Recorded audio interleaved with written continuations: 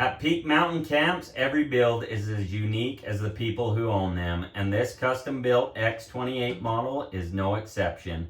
Designed with both durability and comfort in mind, this camp was crafted using only the highest quality materials, ensuring it not only looks incredible, but will also stand the test of time. From the rugged exterior built to withstand the harshest conditions to the thoughtful designed interior tailored to meet the specific needs and wants of its owner. This X28 is more than just a camper. It's a lifetime investment in adventure and comfort. Whether you're chasing backcountry solitude or setting up cozy base camps for family getaways, this X28 is built to go the distance. Season after season, year after year. Join us as we do a walkthrough and show you the features of this camp.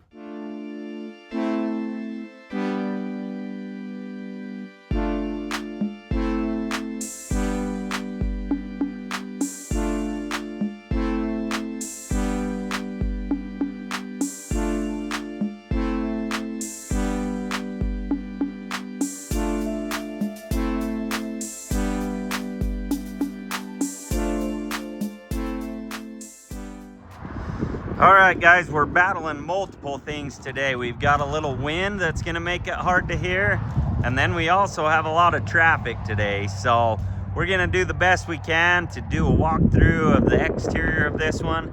As I mentioned in the intro, this is an X28, so 22-foot box, and then you've got 6 feet for your bumper and tongue, so 28-foot total. This one weighed in, surprisingly, this one actually weighed almost as much as what like an X30 would. And a lot of that is because what's in this camp. It is loaded to the brim. So lots of cabinetry, lots of additions, but a really nice camp. So I think you're gonna like what you see in this one. We'll go around the exterior, show you all of the features, the different things that he's added to it, and then we'll go on the inside. So straight up front, we've got our Bully Dog 4,000 pound electric jack on it. This has become a pretty popular option for most of our customers. It kind of beats cranking. I'm not gonna lie, I don't mind cranking, but if I can just push a button and it goes up and down, I'm all for that. So some might call me lazy. This is a 2 5/16 ball. This is a 12,500 pound coupler, so rated pretty high, and then it's also adjustable to where we can really fine tune it to your truck. And then he also had us add the equalizer hitch on here. So some people, I've heard them call stabilizers, different things that way. That's what that is. Most of our camps, we don't, and you know, we really don't push those a lot, and I'll tell you why. And that's because all of our camps are custom built. And so as we go through and we design a camp, we also design the frame of that camp. And so we can set what our tongue weight is, our axle placements, all of those things to where we can really fine tune the toe characteristics of that. Whereas your average RV, you know, they might come up with one frame and then put a number of different layouts on it. If you get the specific layout that was designed for that frame, it might pull great, but if you get one of the others, you're at the mercy of the road, I guess. But that is not how our camps are. Like I say, they're all specifically designed for each camp. So you've got 2 7-gallon, 30-pound propane tanks on the front. This is kind of neat. This is a new cover that I found that I actually really like. You got these access panels to where you can just pull them off, because before I hated, they've all got a lid, but some are just kind of cheesy and more of a pain in the butt to work with than what they're worth. But this one I really like. I can get to my valves easy, and I can also get to my regulator really easy, to where I can change this if I want to go to this tank, or if I want to set it in the middle.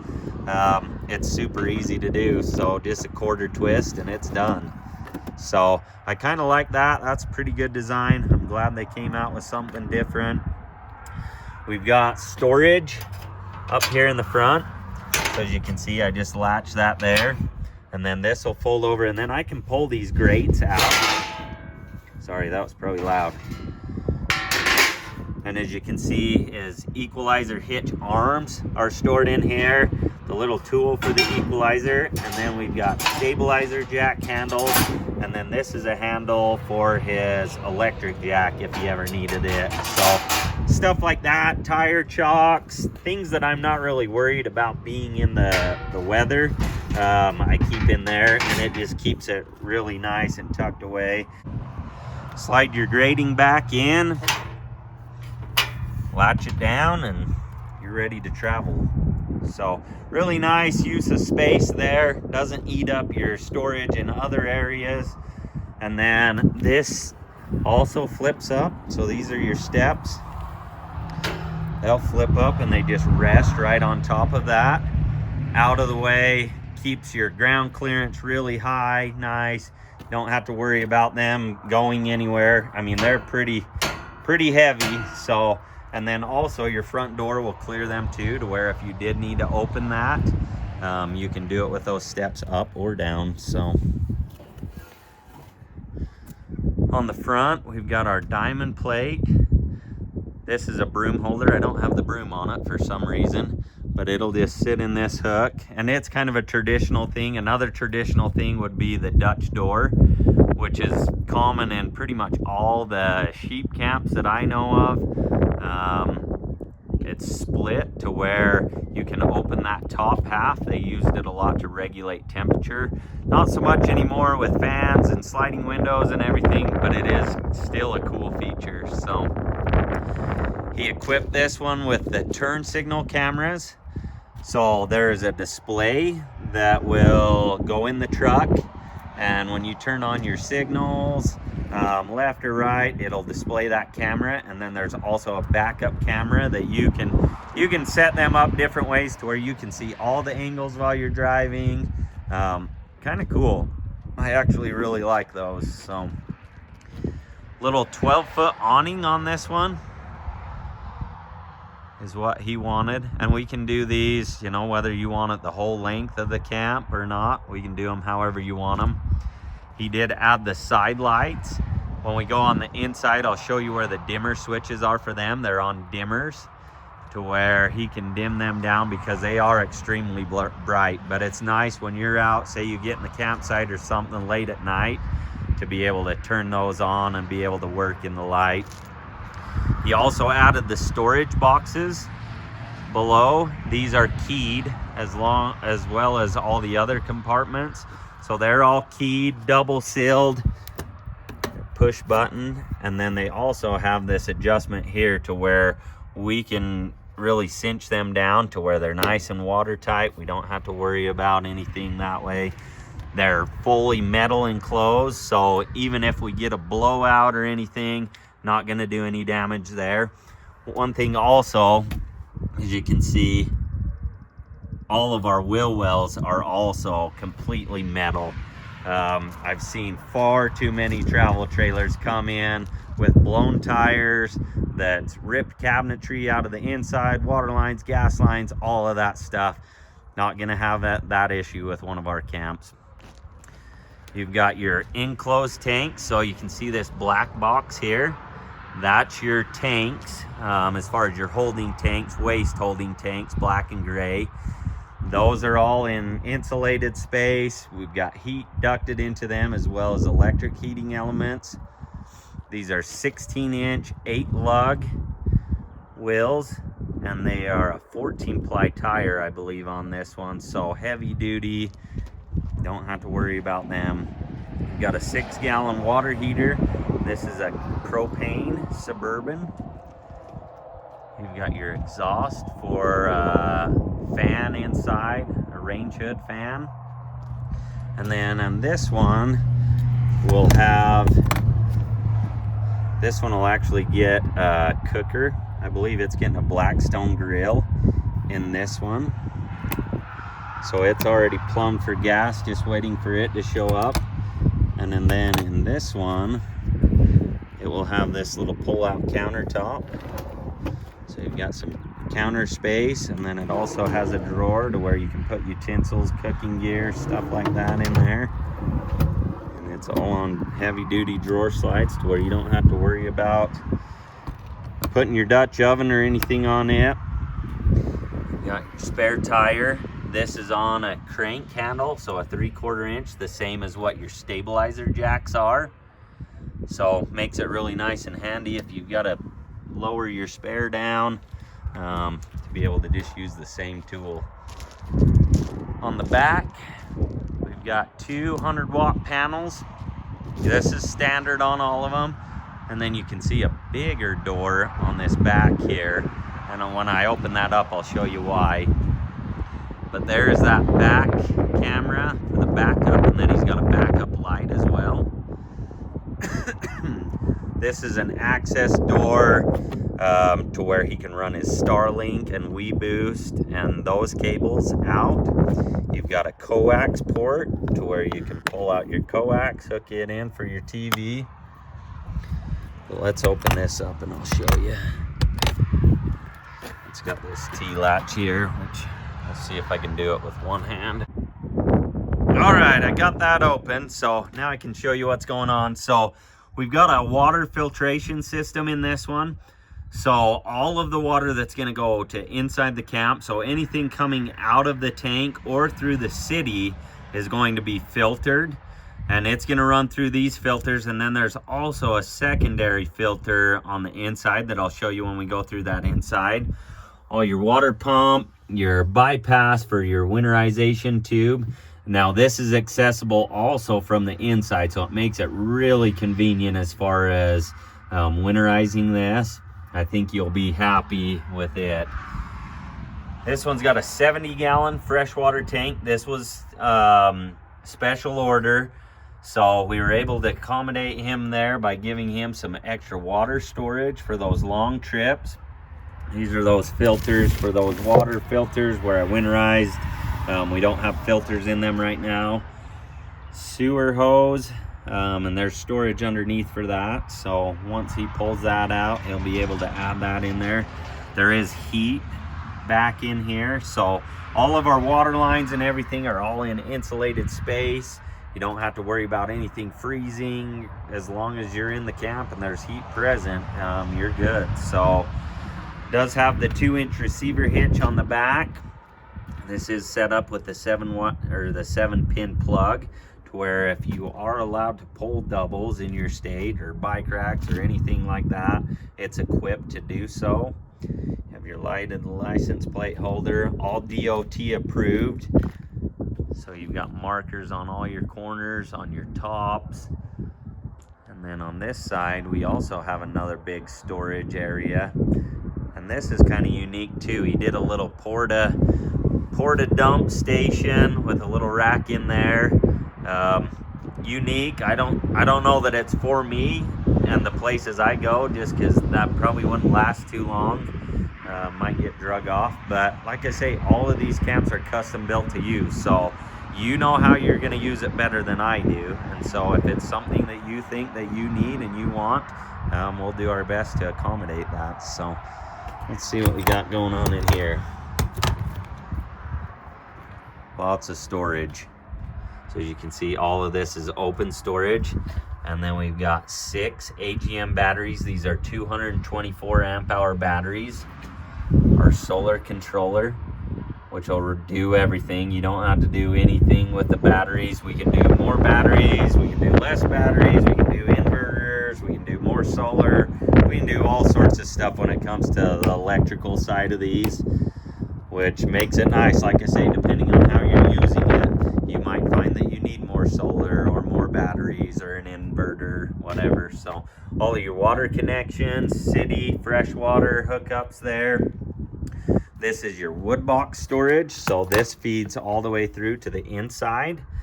And then you can keep all your firewood, your ash pan bucket, all of that stuff in there, to where when you come outside, I'll clean out my wood stove, put all my ash in my bucket.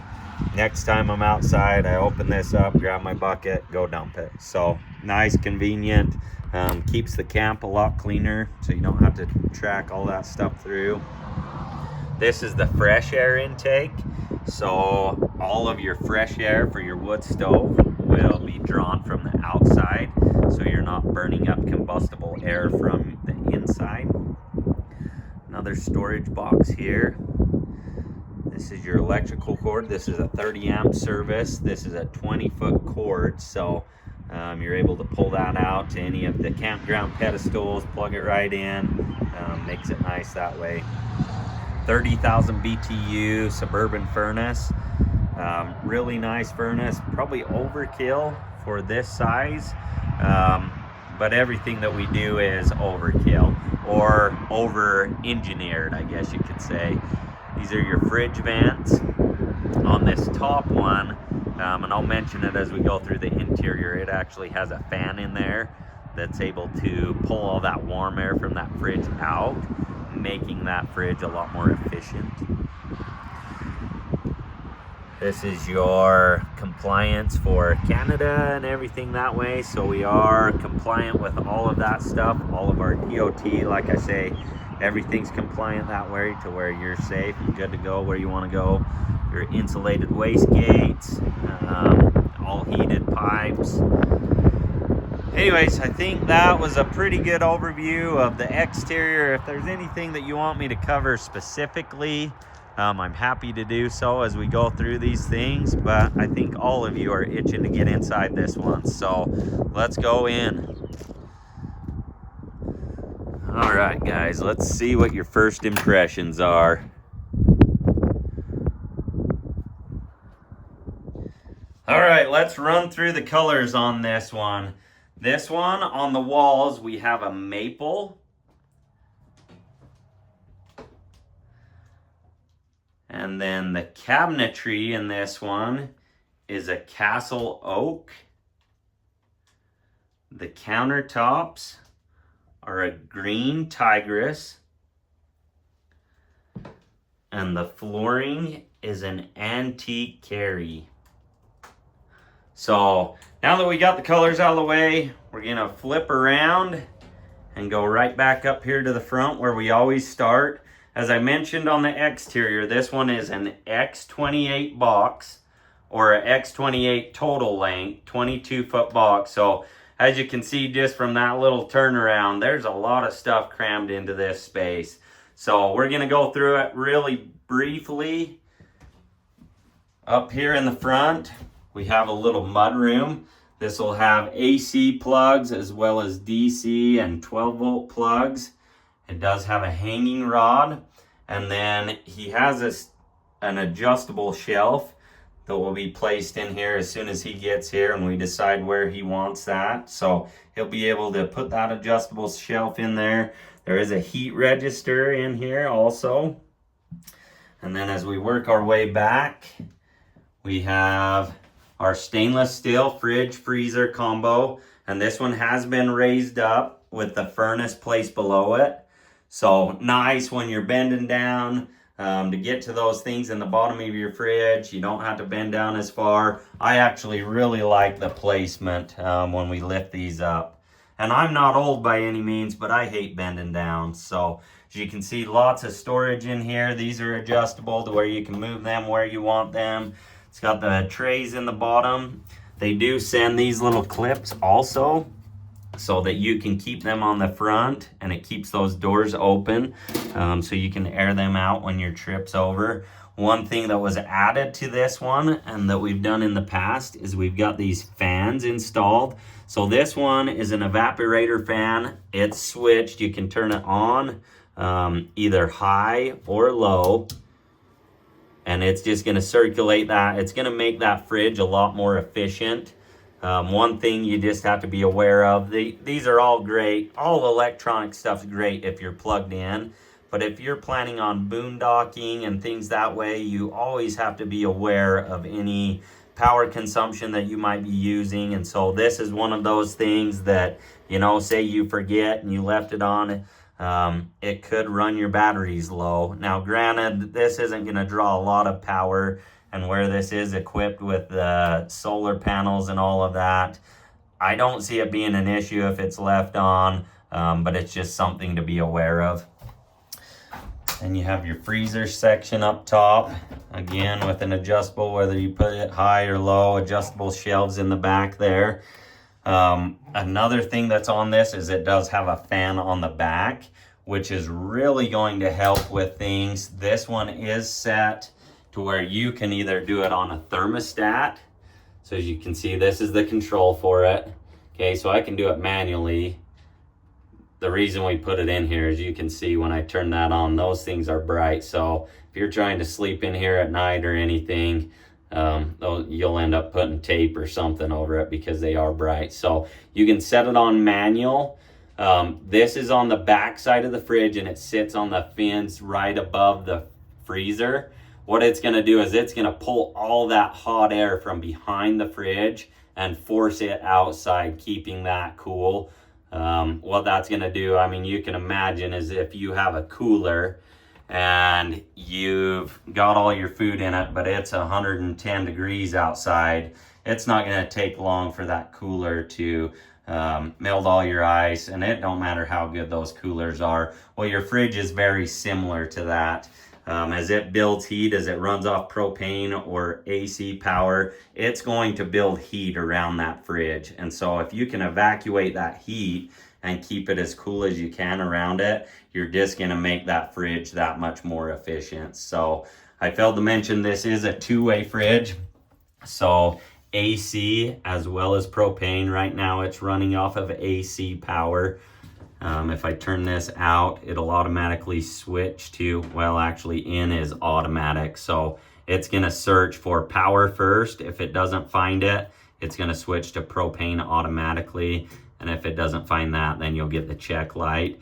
If you have this out, it's going to be gas only. So even if you were plugged in, it's going to run off gas. So we'll turn that back on auto.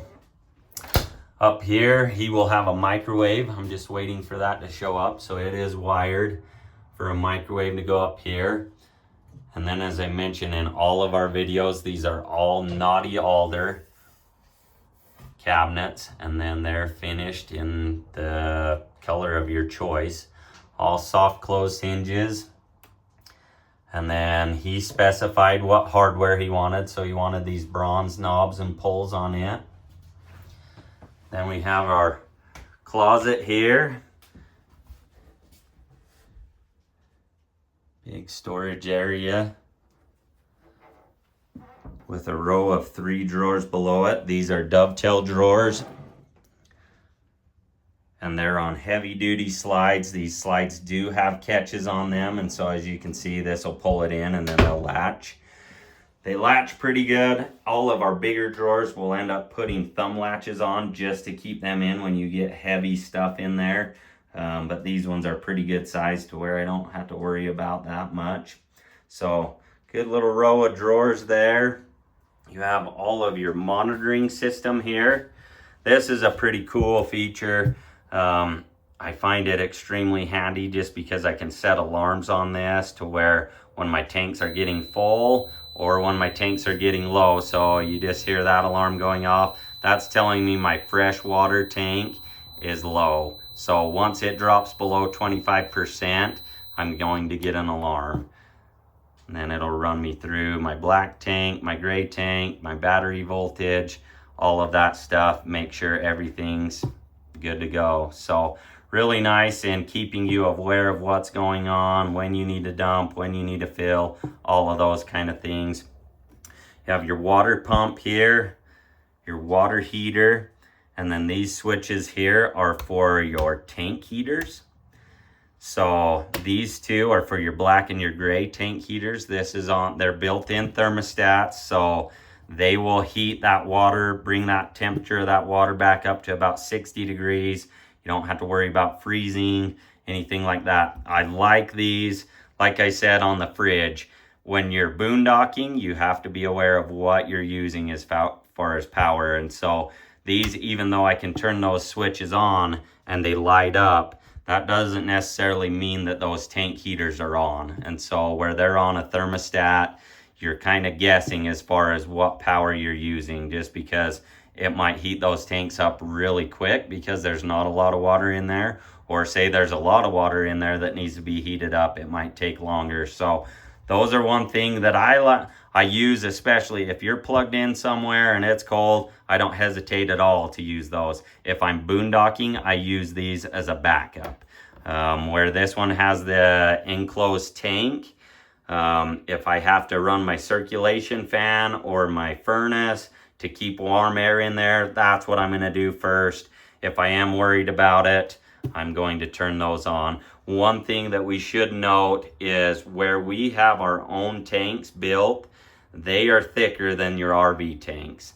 A lot of that is because I never want to freeze one and break one. And so even if we do freeze, the chances of you splitting one of those tanks is slim. I'm not going to say you couldn't. I wouldn't encourage you to try, but they are a thicker material to where I don't worry about that as much. This third one is for pipe heaters.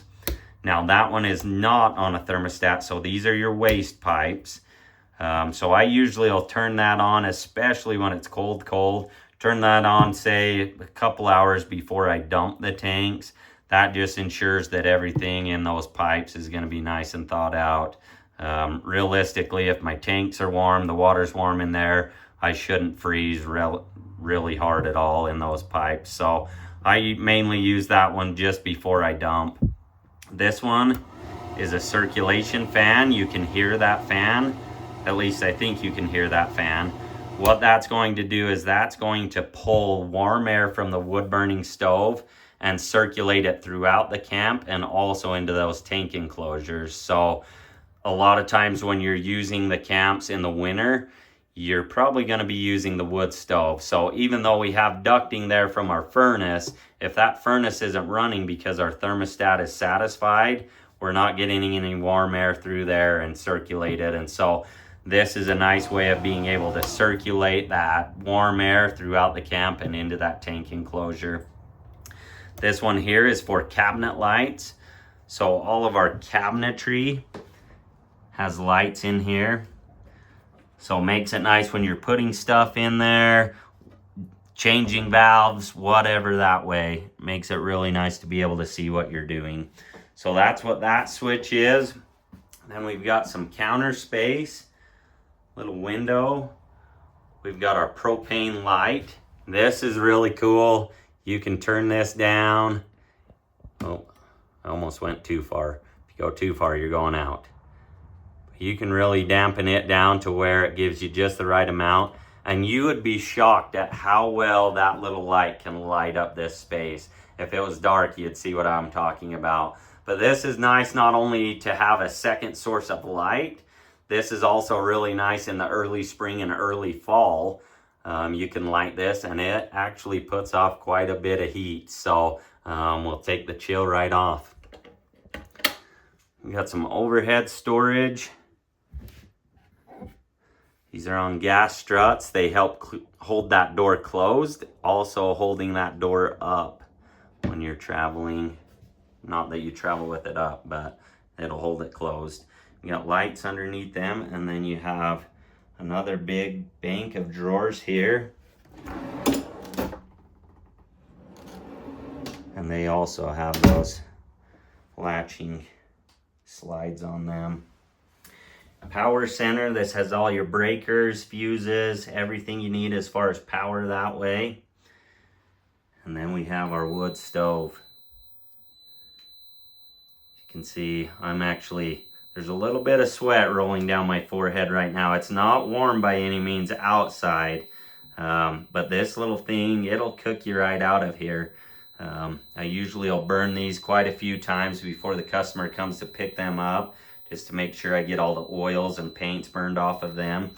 But as I mentioned on the exterior, this one's going to pull air from the outside. So all of the combustible air comes from the outside. So you're not burning up or depleting your air supply in here where these camps are sealed so tight. Let me turn that little alarm off. It's going off again.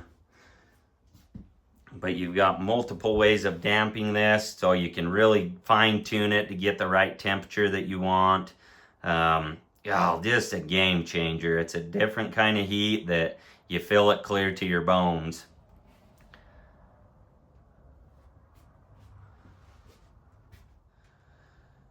Got another 36-inch window above a recliner here. And this will recline pretty much flat to where, oh, I'd be tempted to sleep in this thing next to the wood stove. But then this is kind of where things differ quite a bit. We've done another one similar to this, but we've got a full-size mattress on this side. This has got your pull-out table.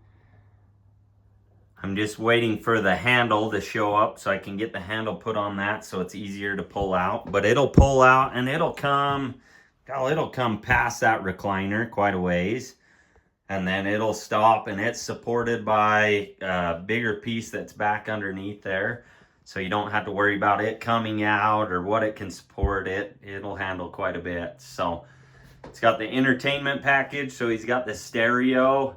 It does have USB ports all over the place, 12-volt charging plugs. It's got your thermostat for your furnace. And then this is a fantastic fan remote. You can set this remote on manual or auto. What that'll do is that'll turn on our fan and it'll pull air out or in. It has a rain sensor on it, so it'll close automatically if it rains. Kind of a cool little feature. It's really nice for regulating temperature with the wood stove because you can set it on a temperature and it's going to do its best to try and obtain that. So kind of cool. You've got these reading lights. They're just a touch button. They've got the USB chargers on the top, and then they'll do 3 different shades. So whatever you like, I guess, when you're reading. You've got them in both those corners, so you can use one while you're sitting here over the recliner reading, and then lots of overhead storage above there as well.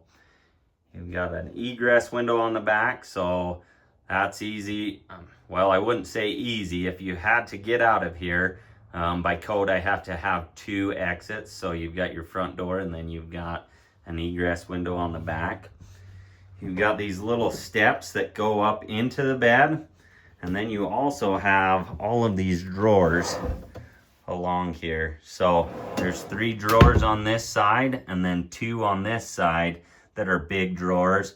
And then this storage below is also accessible. So you have your water pump as well as your winterization tube and stuff that's easy to access from inside here. And then you have some storage space here that you can keep some stuff in.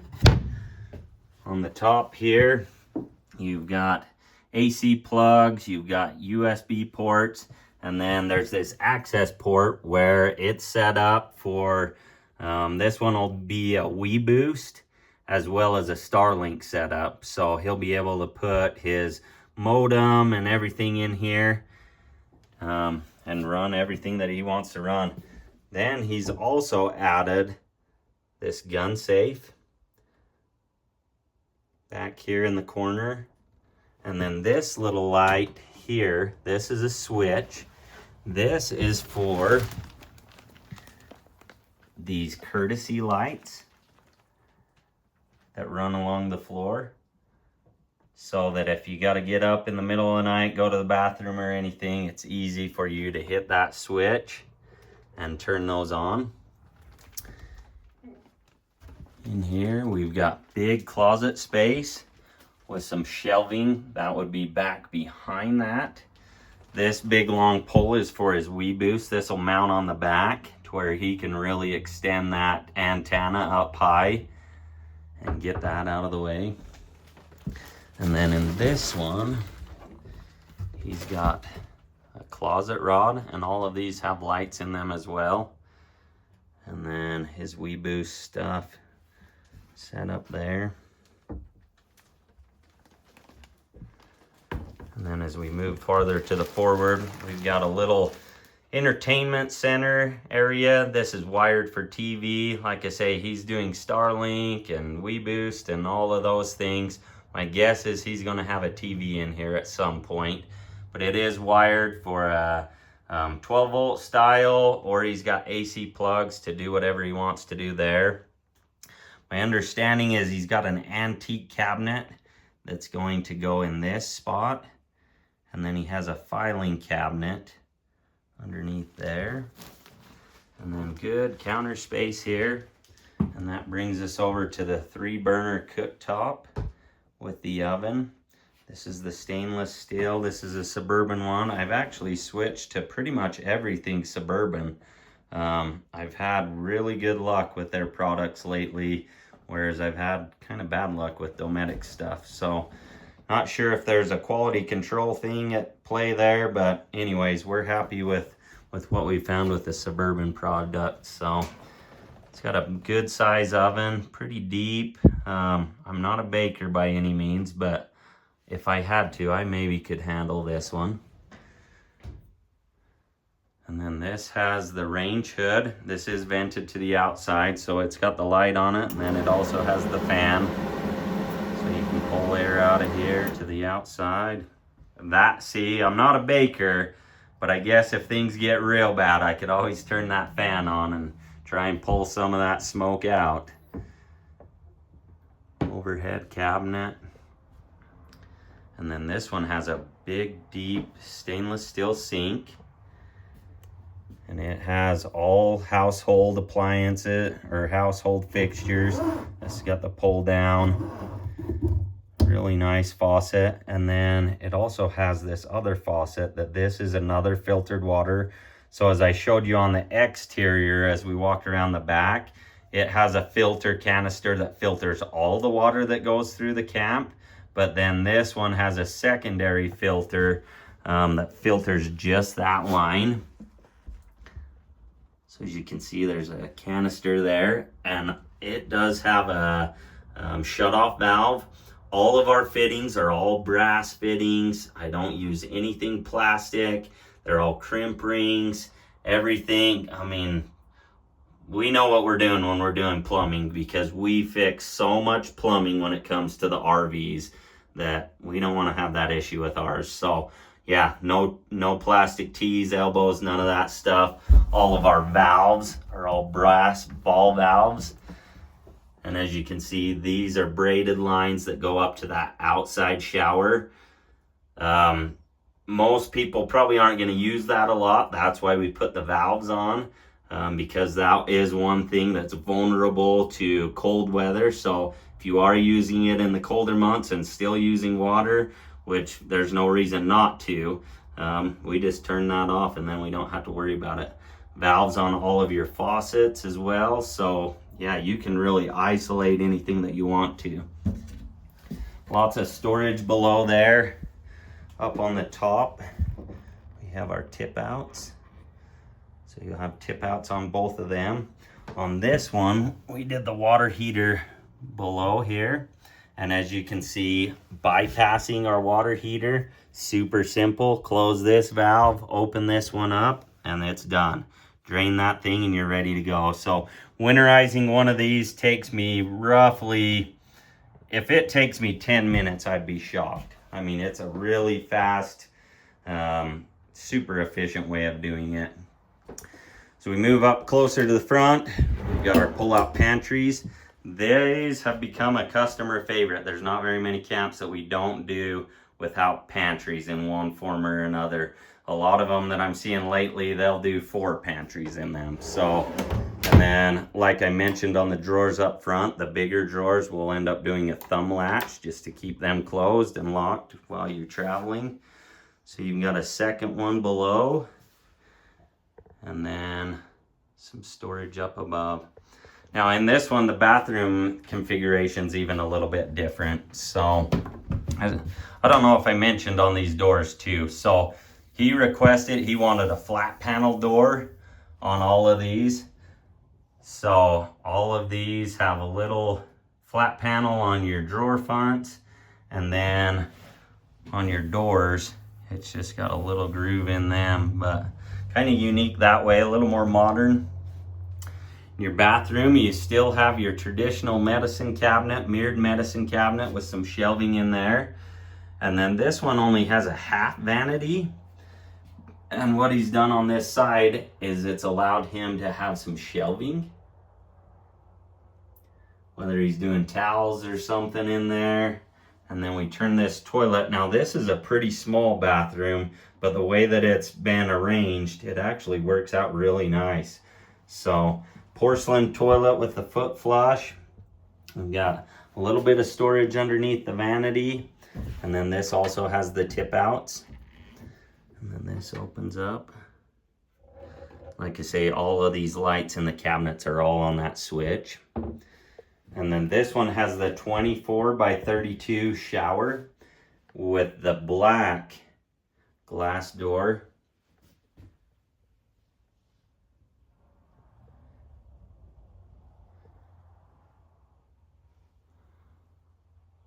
If you're wondering what this is, we just put this on travel just for precaution. It's got a magnet strip that runs all along this door that actually holds it closed really well. But I have this fear that as I'm traveling down the road that my glass door is going to be slamming against the toilet. So I put those on just as a precaution. You've got your frosted bathroom window. And then this is a exhaust fan. So it just pushes out and then it'll pull air out of there. Which is really nice when you're showering. As I mentioned, these camps are sealed so tight. There's not a lot of air, not a lot of places that it can get air from. And so being able to get some of that moisture out of there is never a bad thing. This does have the AC on it. This is the 13.5 with a soft start on it. So we put soft starts in all of our air conditioners standard.